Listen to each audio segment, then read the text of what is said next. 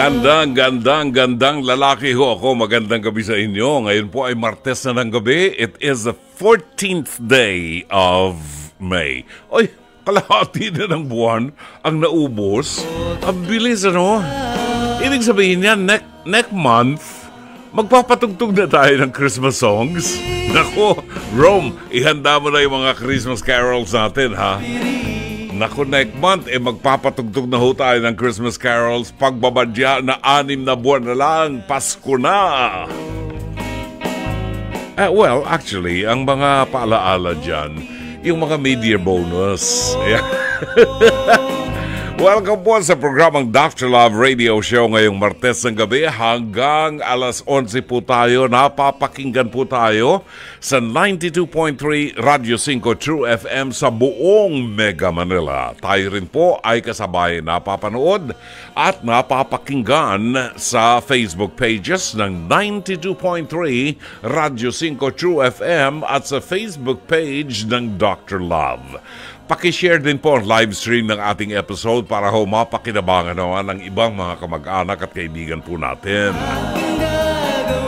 Para naman sa mga nais maging bahagi ng programa at magbahagi ng kwentong maaari kayong magpadala ng mensahe po sa ating email. Halimbawa, meron kayong problema na gusto nyong idulog sa ating palatuntunan, meron kayong liham kasaysayan, pwede ho ninyong i-email yan sa atin. Ang ating email address ay drlove5@gmail.com or sa atin pong Dr. Love Facebook Messenger. O dili kaya po, tumawag kayo sa ating hotlines sa 8631-5788 at 8631-6674. Pwede rin kayong manood ngayon sa Signal Cable Channel 19. Diba? Para makita, maganda ba makeup ko ngayon? Wala akong makeup ngayon. Abangan nyo ang mga music natin, ho. Ang gaganda ng mga music natin ngayon. May mga songs tayo ng Frank Sinatra, Frankie Avalon, meron tayong Glenn Campbell, Harry Belafonte. Abangan nyo yan doon sa mga nanonood sa Facebook page. Naku, hindi nyo mapapakinggan yan dahil meron pong tinatawag tayong copyright issues, di ba? Now, madidinig po ninyo yan kung kayo ay nanonood sa ating teleradyo sa Channel 19 ng Signal Cable. Ayun, Channel 19 ng Signal Cable. Aba, may nagtatanong sa akin doon sa mga kaibigan ho natin. Eto ha. Ang Marian Pilgrimage po natin will be on October 5 to 21. October 5 to 21. Ano ang mga pupuntahan natin? Well, isa lang babanggitin ko sa inyo. Magtutungo tayo sa isa sa mga pupuntahan natin, Nevers, France.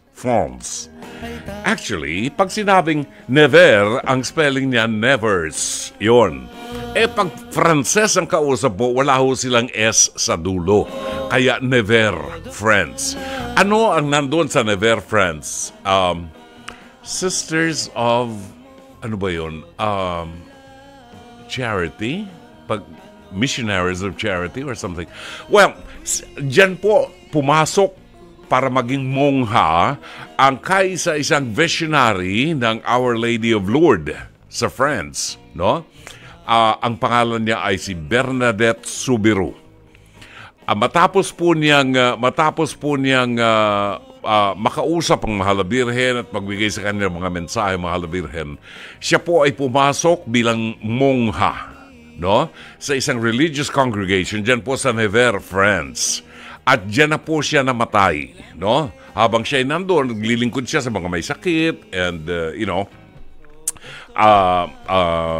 yung tungkulin ng isang madre, yun. Namatay po siya, si Bernadette Soubirous, namatay siya sa tuberculosis of the bone. Nagkaroon ng TB. Tuberculosis of the bone. Yun ang kanyang kinamatay. Now, eto ngayon. Isa sa mga storya natin, ano ang nangyari dyan kay Bernadette Soubirous? siya po ay namatay, inilibing sa lupa pagkaraan ng ilang dekada ay ilang taon ay hinukay uli siya, no? At nakita ho na yung kanyang rosary ay nasira na, pero yung damit niya nasira na, pero yung katawan niya hindi ho naagnas. So pinaliguan, binihisan uli ng bagong abito si Bernadette Soubirous at inilibing uli sa lupa. Pagkatapos ng several years ay hinukay muli. Ganun pa rin ho, hindi ho naagnas ang kanyang katawan. Katunayan, malambot pa ang katawan niya. Hanggang sa ngayon, malambot pa ang kanyang katawan at ang kanyang mga, yung laman loob niya. Atay, mga chubachenes, hanggang ngayon po, malambot pa ang kanyang katawan at hindi naaagnas. At yan po ang makikita ninyo sa Never Friends na pupuntahan natin, isa sa mga pupuntahan natin sa atin pong Marian Pilgrimage on October 5 hanggang 21. Yan, Never Friends. Tsaka na yung iba. Kukwento ko na lang yung iba, like the Miraculous Medal some other day. Anyway, 9:48 is our time. Pagbabalik natin ang mabuting balita ng Panginoon. Pagkain pang-spiritual. Mga salita ng Diyos na nag-iiwan ng pag-asa, kapanatagan at kapayapaan. Pagkain pang-spiritual. Hango sa bagong tipan ng banal na aklat. Pagkain pang-spiritual.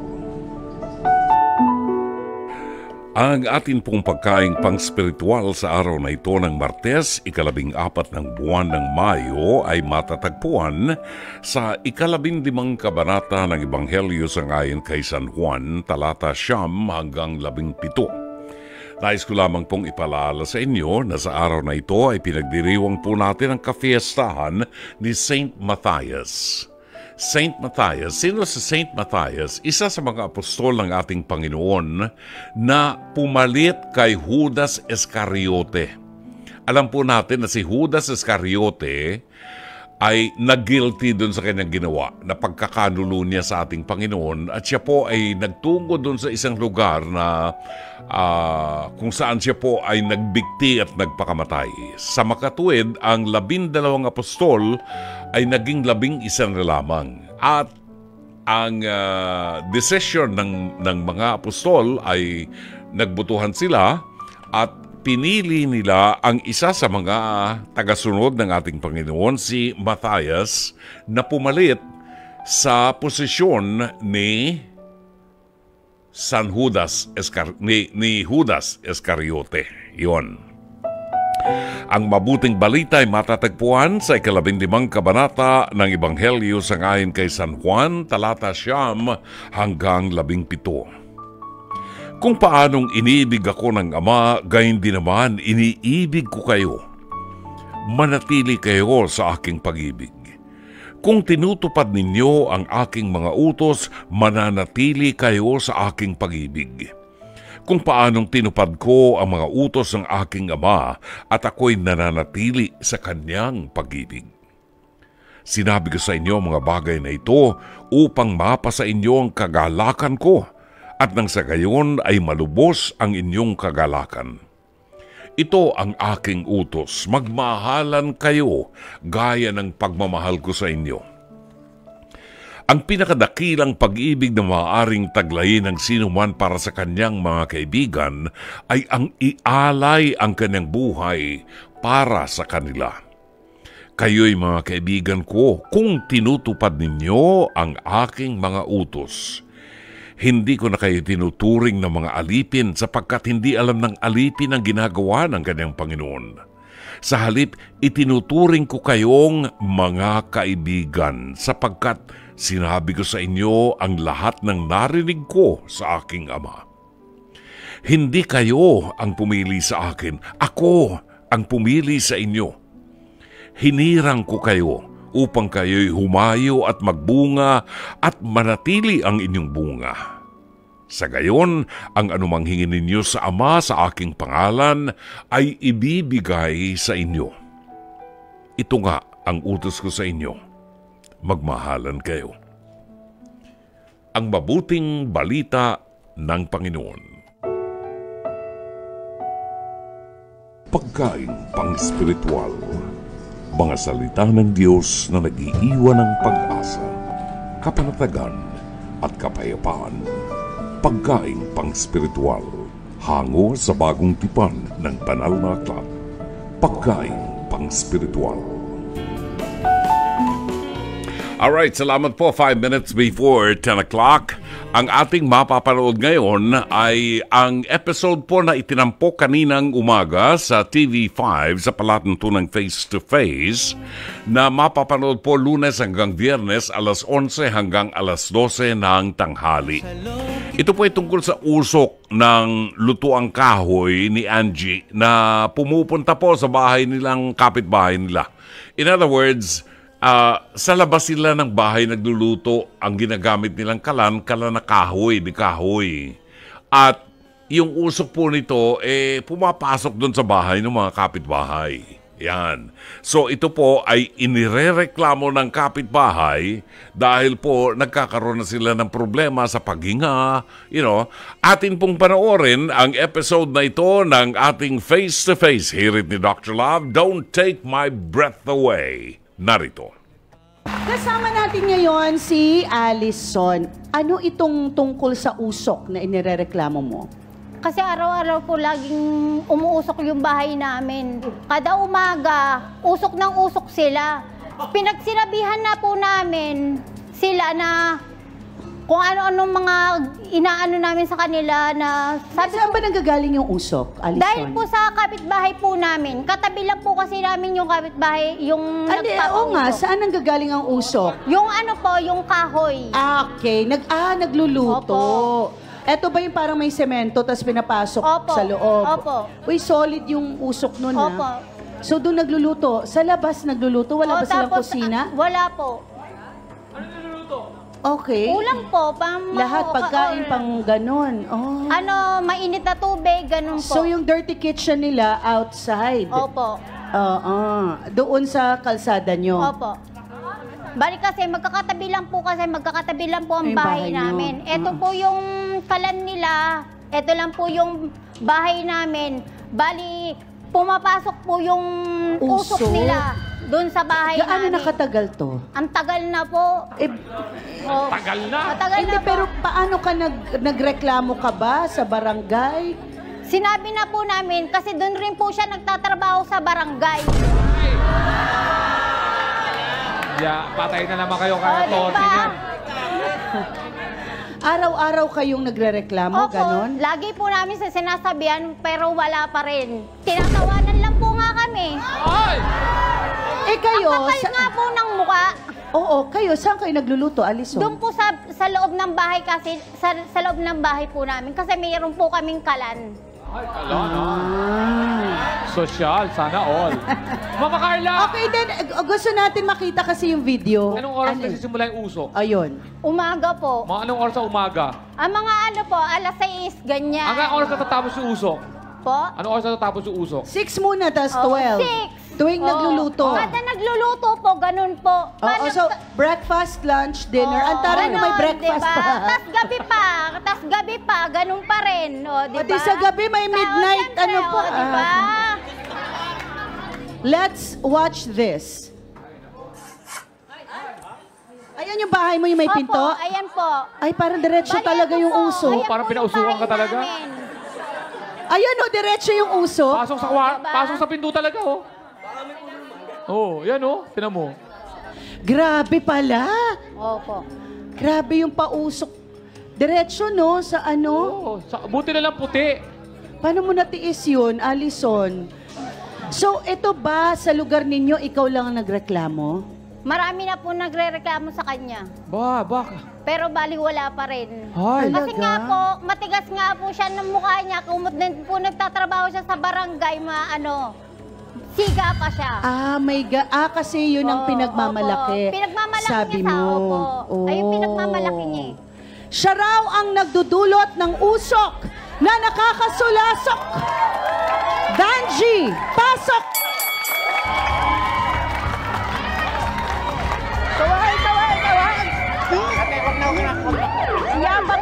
Ay, mild lang, mild lang.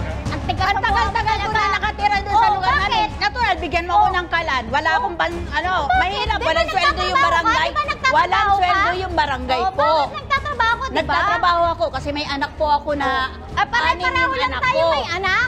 Tapos ako lang po ang may trabaho. Asawa ko senior citizen na rin, hindi na rin pwede siya magtrabaho. Ako na lang, barangay tanod po na volunteer. Walang Ayun yung sweldo. Wala po. Pero diretsahang tanong, Ate Vangie, wala ka raw pakialam magpausok sa lugar ninyo. Ano na nangyayari, Ate Vangie, at tila bagang hindi ka na raw madaan sa pakiusap? Ano po yun, Mama Carla? Ganito po, yung sa ingang ko na po yun, dalawa kaming gumagamit. Yung katabing-katabi niya, yung isa kong kapitbahay. Ako naman dito sa harap.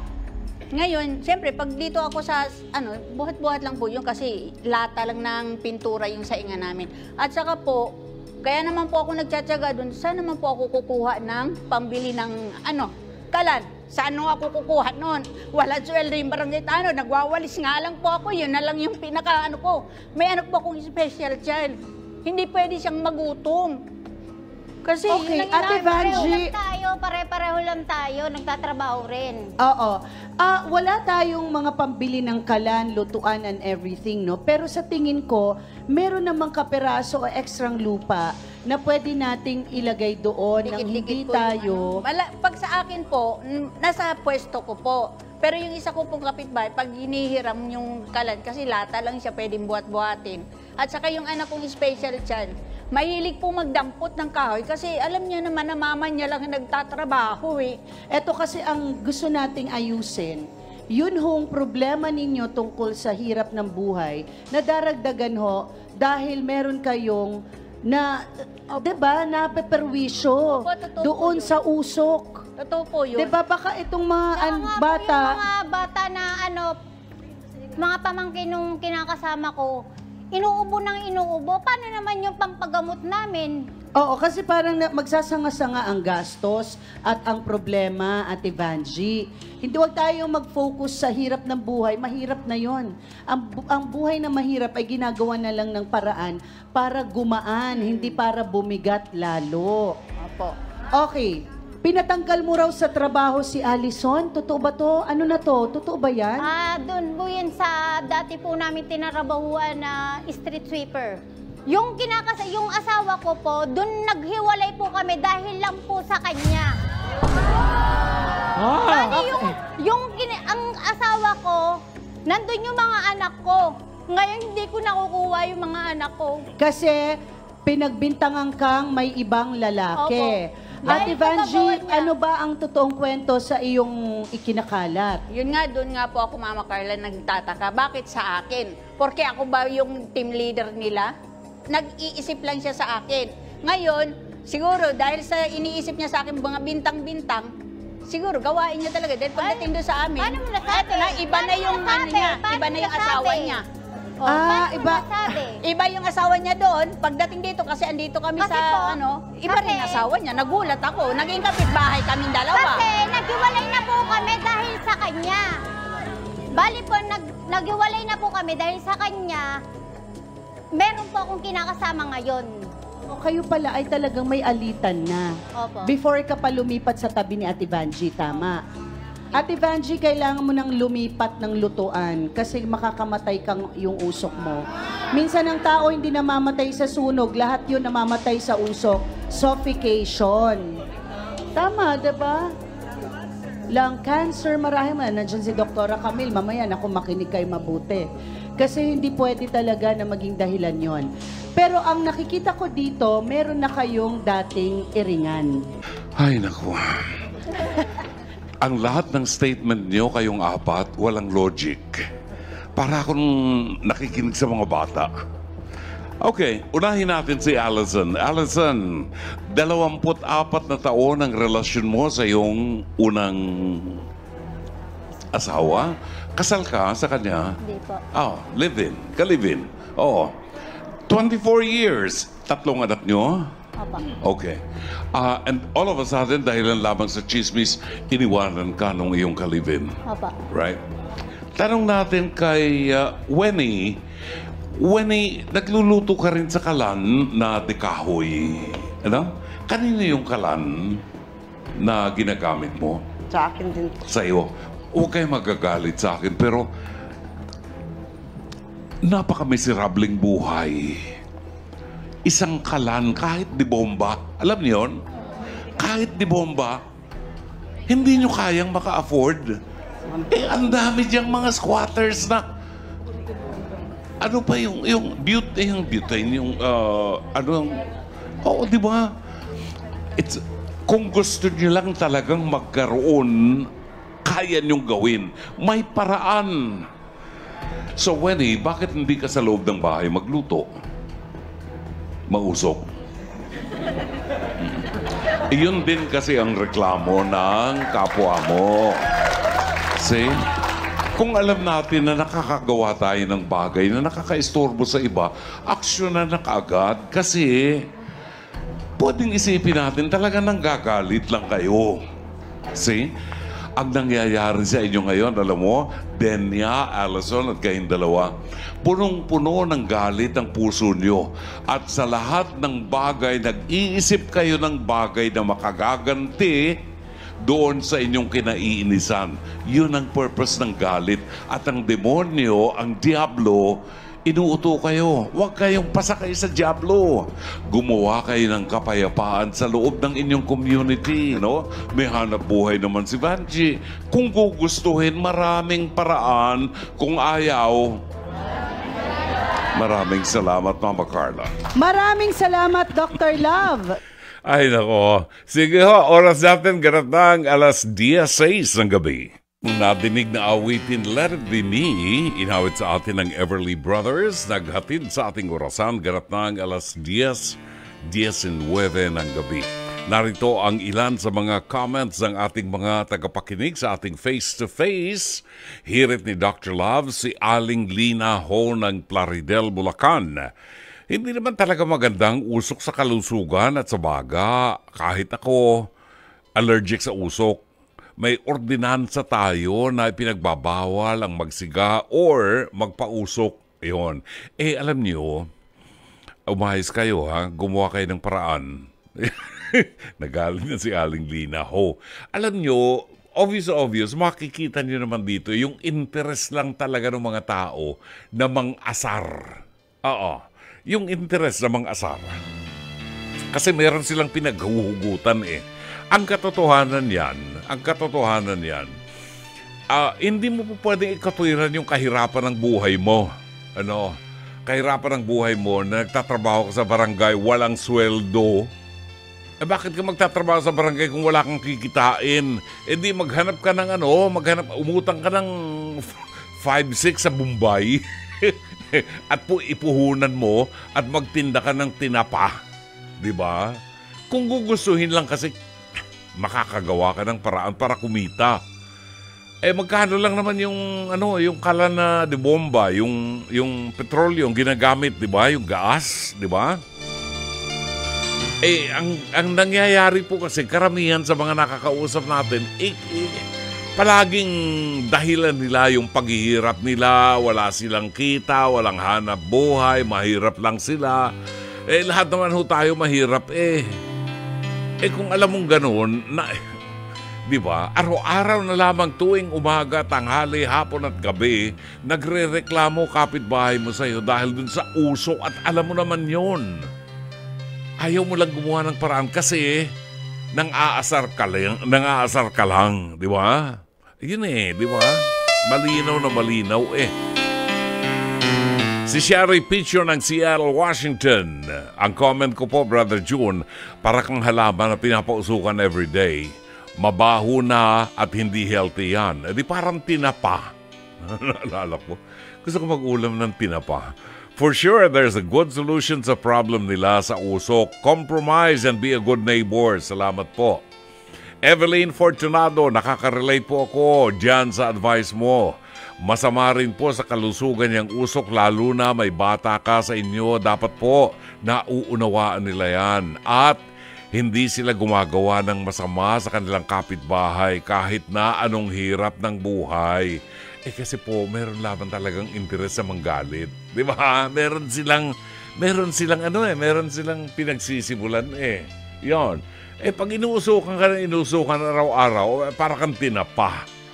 Ang gusto kong ulam bukas ng umaga, breakfast, gusto kong magsangag, at saka magluto, magprito ng tinapang salinas. Pagkatapos, meron kang itlog na maalat at saka ng kamatis na sariwa. At saka kaping barako. Takaw, ano? Si JC Calasikas ng Bulacan. Teacher JC, magandang gabi sa inyo. Welcome po sa ating programa. Teacher JC Calasikas, magandang gabi. Nawala si JC. Edwin Romero, buwabati po ng Blessed Tuesday evening. Nagpapacheck ng attendance live via Facebook in the City of Angels, Los Angeles, California. Alright. Meli Matabang Peñaranda ng Tuktukan, Taguig City. Pacheck po ng attendance. Pabati po sa Matabang family ng Bayambang, Pangasinan at Peñaranda family ng Tuktukan, Taguig City. Angelita Banato ng Pateros, Alani Junco, Evelyn Fortunado, Lance Abilion ng Sampaloc, Manila, Gigi Alindogan, maraming salamat Gigi sa pakikinig araw-araw. Dorina Villaruz Figueroa, batiin daw natin ang happy 25th anniversary. Silang mag-asawa. Ang kanyang husband, ang pangalan si Rick Figueroa, Lani Agno, and Sherry Picho ng Seattle, Washington. Magandang gabi. Balikan natin si JC Calasikas. JC, are you there? Calling once. Ayun. Magandang gabi, JC. Lumabas ka ng bahay. Medyo mahina ang signal mo. Lumabas ka ng konti. Ito po sa terrace Nasa terrace ka na. Okay. So, medyo makakasagap na yan. Para lumakas ang signal, itaas mo ang iyong kanang paa. Nakataas na? Nakataas na. Hindi pa Taas mo. Taasan mo pa para gumanda ang signal. Ayan. Yan. Ay, baba mo na. Hindi ko gusto kumoy. JC, ano masasabi mo dito sa mga taong kinakatwiran yung kahirapan nila? Hindi raw sila makabili ng kalan. Hindi ko pinabibili sa inyo. Anong tawag doon, Rome at saka Mike? Yung convection ba ang tawag doon? Yung kalan na walang apoy? Butane. Na di kuryente? Alam mo, brother, butane yun Hindi ba yung butane? Ang butane, ano yun yung LPG yun di ba? Yung gano'n. Hindi yung kalan na walang init. Walang init. Pwede mong hawakan yung induction. Ayun, induction. Hindi yun ang pinabibili ko sa inyo kasi medyo may kamahalan yun. At wala ako niyan. Yun lang kalan na di bomba na walang usok. Kalan na di bomba, magkano lang yun? Ngayon, ang katwiran nila, JC, tandaan mo ito, katwiran nila, mahirap lang sila. Nagtatrabaho lang sila sa barangay, nagwawali sa karsada ng volunteer, walang sweldo. Yung pala wala kang sweldo, ba't pinapatay mo oras mo dyan? Yun nga Di ba? Maghanap ka ng Bombay na magpapautang sa'yo ng 5-6, gamitin mong puhunan, di ba? Puhunan, yun. Kasi yan siya ng panahon din sa volunteer Kung meron lang konting pasahod. Hindi naman masama yung mag-volunteer ka. Ako man nagvo-volunteer din. Nagbibigay din ako ng dugo ng kabataan ko. Nagvo-volunteer ako. Pero hindi po pwede kung ikaw ay walang hanap buhay, magvo-volunteer ka, wala kang susweldo, maghapon kang walis ng walis dun sa kalsada. Bakit hindi ka humanap ng pagkakakitaan mo na kikita ka? Hindi masama yun, di ba? Oo. Kahit magkita siya ng mga fishball, ganyan. Fishball. Kwek-kwek. Yes. Sarap niya, no? Pero, yun nga yung tungkol sa kalan, actually, brother, dun, na-experience na namin yan, yung magluto sa kahoy. Kahoy? Sino ba hindi? Nung nasa kahirapan din kami. Nung araw, ang aming kalan ay yung tungkong kalan. Alam mo yung tatlong bato na naka-triangle. Pagkatapos, ang panggatong namin, kahoy din.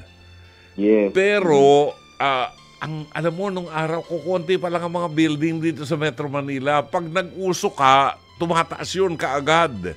Hindi kagaya ngayon na dikit-dikit ang bahay. Hindi po pwede yun ngayon. Di ba? Hindi siya applicable sa mga bahay na tabi-tabi. Oo. O pwede yan kung meron kang malaking lupa o garahe na walang kapitbahay na nakadikit sa'yo. Wala, oo.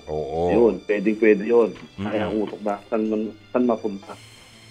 Yeah, pero ang ano kasi brother, masakit din sa ilong yan, saka sa matay. Oo, magluluha ka dyan. Di ba kung pag yung kapitbahay mo nagluluto, nagigisa na ng sibuyas, bawang, kamatis, masarap. Nawawala na yung amoy ng kahoy. Nawawala yung amoy ng kahoy. Yung amoy ng ginisa na. Hindi pwedeng ganun palagi. Anong masasabi mo dito kay Vanji, yung nagtatrabaho sa barangay na hindi mo kabili ng kalan? May paraan din na Kung hindi talaga pwede magluto ng kahoy, bumili siya ng pambomba na kalan. Magkano lang sa ngayon yun? Bihira na lang magbenta ng ganun. Bihira na lang gumagamit dun eh. Mabilis pa makaluto yun. Oo. Kasi binobomba na lang yung brother yun, yung nangangamoy gas naman. Pero hindi naman siya totally nangangamoy gas. Kung bubuhusan mo ba ng gas yung kalan mangangamoy nga. Ayun. Yun lang yung paraan. May paraan pag gusto. Oo. Tapos yung pag-volunteer, sana limitahan na lang yung oras, hindi yung buong araw na nag-volunteer.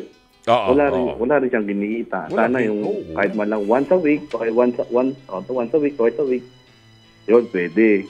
At saka, ewan ko sa barangay kung bakit, volunteer pero kung po pwede naman sana, mag-alat ng konting pondo para doon sa mga nagwawalis. Kawawa naman yung mga yan. Wala lang yun. Yung pawalis sa tirik ng araw. Pag may nangyayari dyan, sino ang sasagot? Wala. Walang pera ang barangay Maniwala ko walang pera ang barangay. May pondo yan, tigilan nyo nga ako. Sa real property taxes, meron kayong bahagi dyan. Sa real property taxes ng City Hall o ng munisipyo, may kahati ang barangay dyan. Tantanan nyo ako, may pondo dyan. May pondo nga. Alright, sige. JC. Mabati lang muna. Sige, go ahead. Kanina ginastos yung regular. Nabatiin yung mga aking mga estudyante na nakatanggap ng karangalan. Nagpuputol-putol na signal mo. Pakitaas mo yung paa mo uli. Ayan, okay. Gusto ko na batiin yung mga estudyante ko na nakatanggap ng with honors. Best in math, best in science, best in math, science. Ayun, lahat. Gusto ko matiin na ng congratulations. At bukas naman po, graduation naman sa aming school, sa grade 12, grade 10, grade 6 sa winter. Yun. Nabanggit mo yan. And then bukas pala ganap din kapistahan ni San Isidro de Labrador. San Isidro de Labrador. Bukas tama. Yan.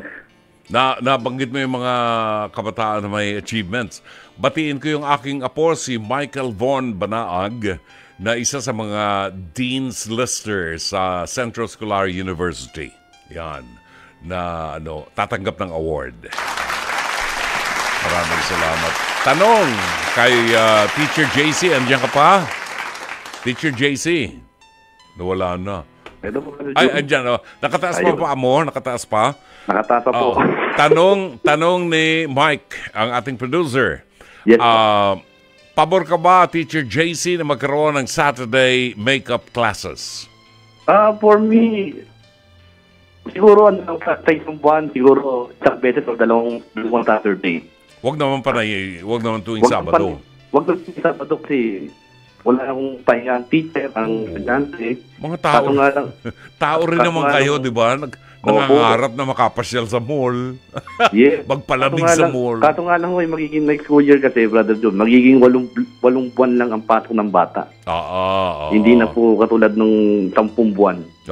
So, parang kukulangin na talaga ng araw. Kukulangin nga. Paano gagawin? Nag-a-adjust tayo Kasi gusto gusto nila na bumalik sa dating school calendar. Yun na nga, pinupush nga nilang maging ganun. Oo. Okay. Maraming salamat. Thank you very Thank you, Brother much. June. Si Good night po. Teacher JC Calasikas po ng Bulacan. Ang ating tumpak na oras ganap ng alas 10:32. Ating oras ganap ng alas 10:35 ng gabi. Batiin lang po natin ang magandang gabi at happy listening ang ating mga kaibigan buhat sa Davao City. Ang mag-ina ni Mami Lorlene at Amadeo Giorgio Gonzales, si Mariví Viola, Myra Bulisaili, Elizabeth Villa Gonzalo, ang ating kumare na si Zenny Dayang Hirang, Engineer Mercy Santos. Binabati ho natin ang magandang gabi at happy listening. Alfred Saban at Ika Villanca ng 8 Waves Resort dyan po sa San Rafael, Bulacan. Binabati natin ang magandang gabi.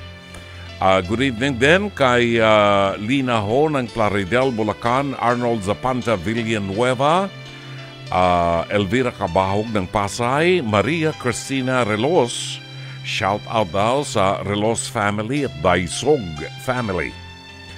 Lilian Panaligan Buen ng Parañaque City, Ronora Pilinta, Beth Tan na nagtatanong, Brother June, paano makasama sa pilgrimage niyo po? Kung kayo po sasama sa pilgrimage, di kami na ho mag-aayos ang inyong visa and everything. Kailangan lang po talaga meron tayong pambayad. Pambayad sa hotel. Di ba? Pagkain natin, yan. Pero keep in touch. Maraming salamat, Beth Tan. Sana makasama ka dahil very interesting itong ating pilgrimage this October. Ito ay yung Marian pilgrimage natin sa Europe at napakarami nating pupunta ng mga Marian shrines. Keep in touch, ha? Pagpatuloy mo lang pakikinig sa ating programa at we will keep you posted. Trinidad Moore, buwabati po ng magandang gabi from Bago City, Negros Occidental, at Manuel Adelante Kumilang. Good evening and happy listening. Pagbabalik po natin ang liham kasaysayan padala ni Criselda ng Novaliches, Quezon City.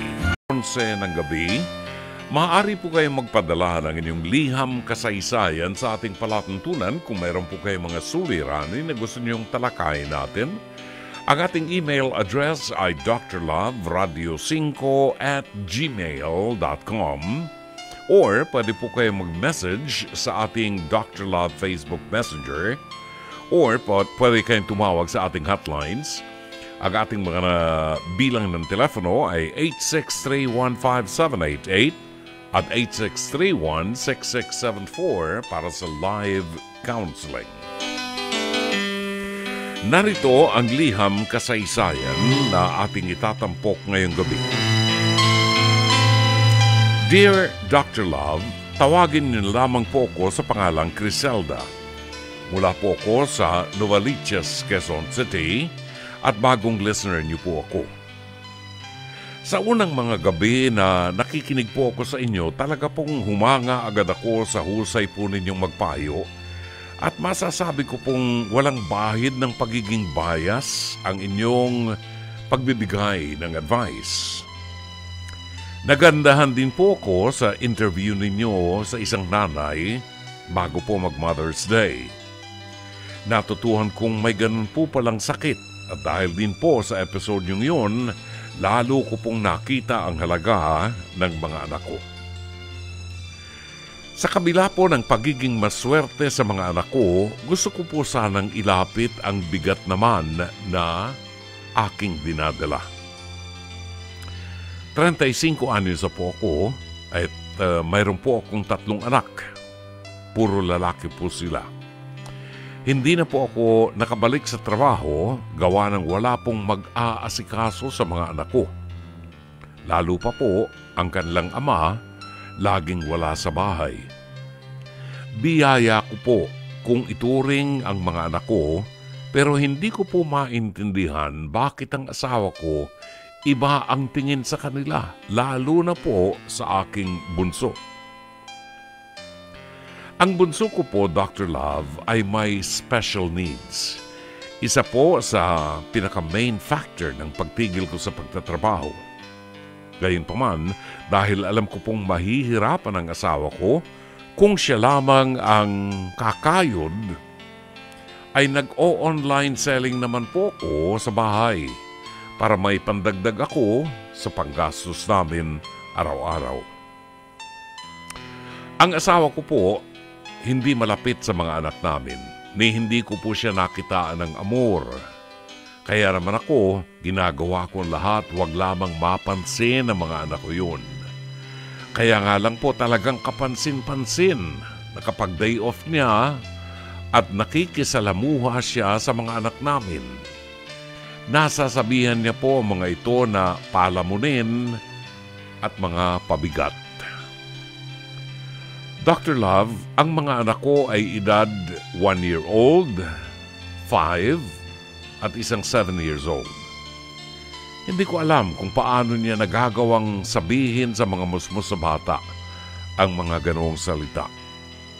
Kinumpronta ko po siya hinggil dito at sinabi na rin ang mga matagal ko ng tampo sa kung paano siya sa mga anak namin. Pero imbis po na mag-sorry o di kaya naman inaasahan ko ay sasabihin niyang dala lang ng pagod. Kaso po, hindi po ganoon. Pinanindigan niya po at sinabing sa akin na bakit daw kasi aanak-anak ako. Alam ko namang mahirap ang buhay. Nadurog ako, Dr. Love, bakit ganoon? Bunga ng pagmamahal namin ang mga anak namin. Bakit siya ganoon? Isa pa, kasal naman po kami, kaya bakit pipigilan namin ang magkaanak? Doon naman po ay wala naman siyang nababanggit na ayaw niya. Sa tuwing tatanungin ko naman po siya tungkol sa family planning, hindi niya po ako pinapansin. Dr. Love, ano po kaya, mahal po kaya ng asawa ko ang mga anak ko? Paano po kung sa mga panahong nakakaintindi na mga anak ko at ganyan pa rin siya, anong gagawin ko kapag nagtanim ng galit ang mga anak kong lalaki? Paano ko po tatapalan ng pagkukulang ng asawa ko sa mga anak ko? Nagpapasalamat, Criselda.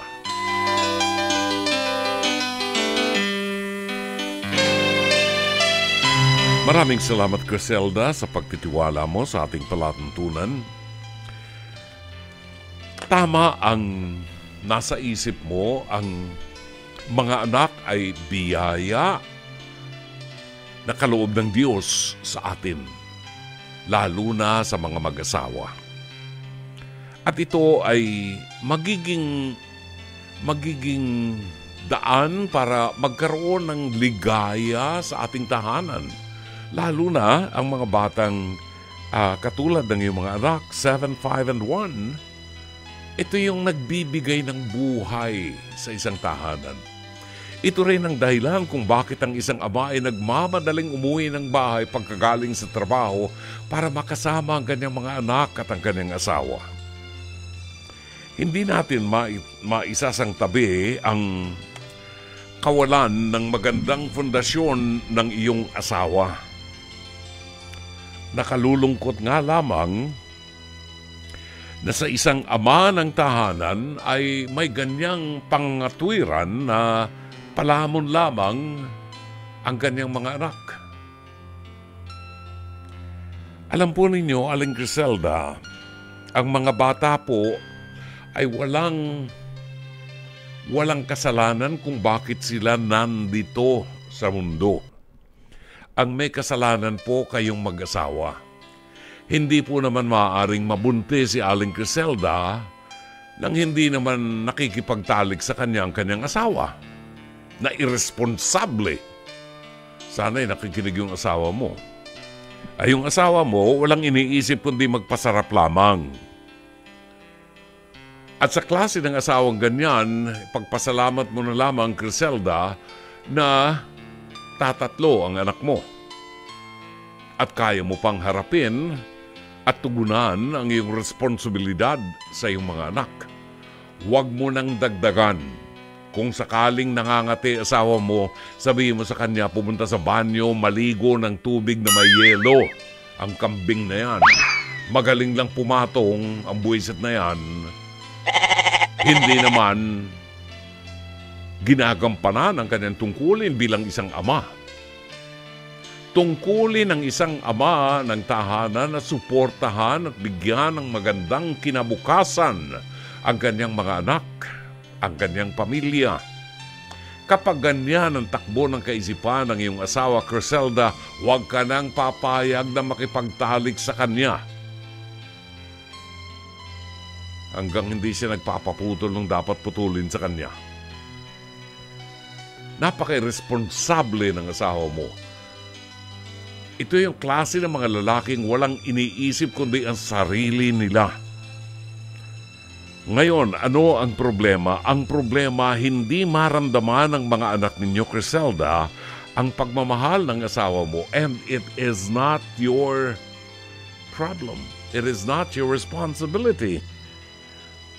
Sa edad ng asawa mo, dapat alam niya na dapat ipadama sa mga bata na mahal siya, mahal sila ng mundo, lalo tigit ng kanyang mga magulang. Ay pag ganyan ang klase ng asawa mo, miski aso, mahirap paalagaan dyan. Miski baboy, mahirap paalagaan sa asawa mo. Hindi ko malaman kung ganyan ang takbo ng isip ng kanyang mga magulang at hindi binibigyan ng pagpapahalaga ang mga anak at ito'y nakuhan niya. Nakalulungkot. Pero, Criselda, ito ay bahagi ng cross na iyong pinapasan at sana sa pamagitan mo ay maramdaman ang iyong 3 anak, lalo na yung anak mong bunso na special child. Sana'y maramdaman ng mga bata ang pagmamahal at pagkalinga kahit sa iyo man lamang. Ang tanong, hindi kaya magtanim ng galit ang kanyang mga anak sa kanilang ama? Posible.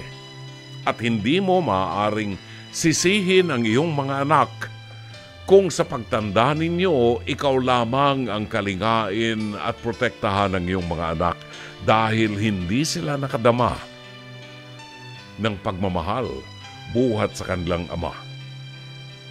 Kahit ang ating lipunan, kahit na ang batas natin, hindi maitutulak o mapupuwersa ang iyong asawa para mahalin ang iyong mga anak. Kasi given na yun na kapag ikaw ang ama, magmamalasakit ka at magmamahal ka sa iyong mga anak.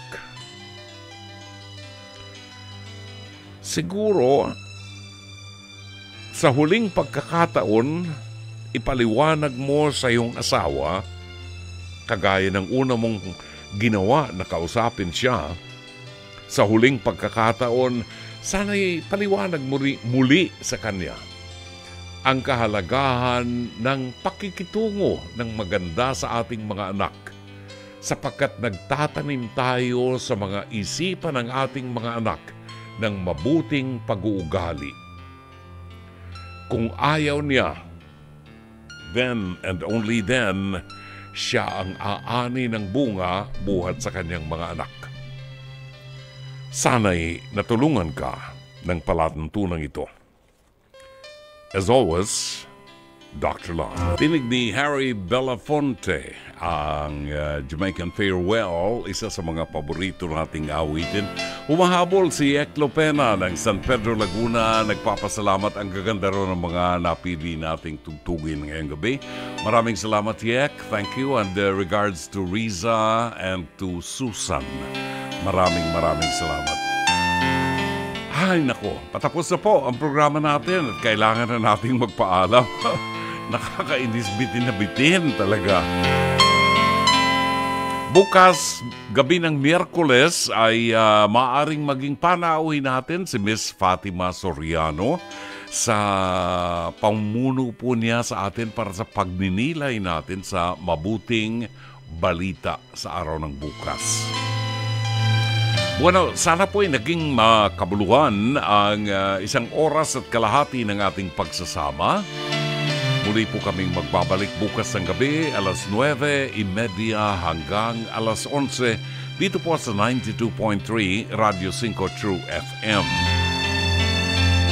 Sa ngalan po ng ating General Manager ng Nation Broadcasting Corporation, Mr. Raul de la Cruz, ang ating Alvin Maanyo, ang ating Production Manager, Cherry Baile, ang ating Operations Manager, ang mga producers po natin si Jenjen Ganda Morales at Mike Santilian, si Direk Sheikh Mamaril, ang ating technician Rome Ortigas, at ang ating PA at avid operator Mike Bulayog. Ito po naman si Brother June Banag, OP, pansamantalang magpapaalam hanggang bukas muli. Magandang gabi.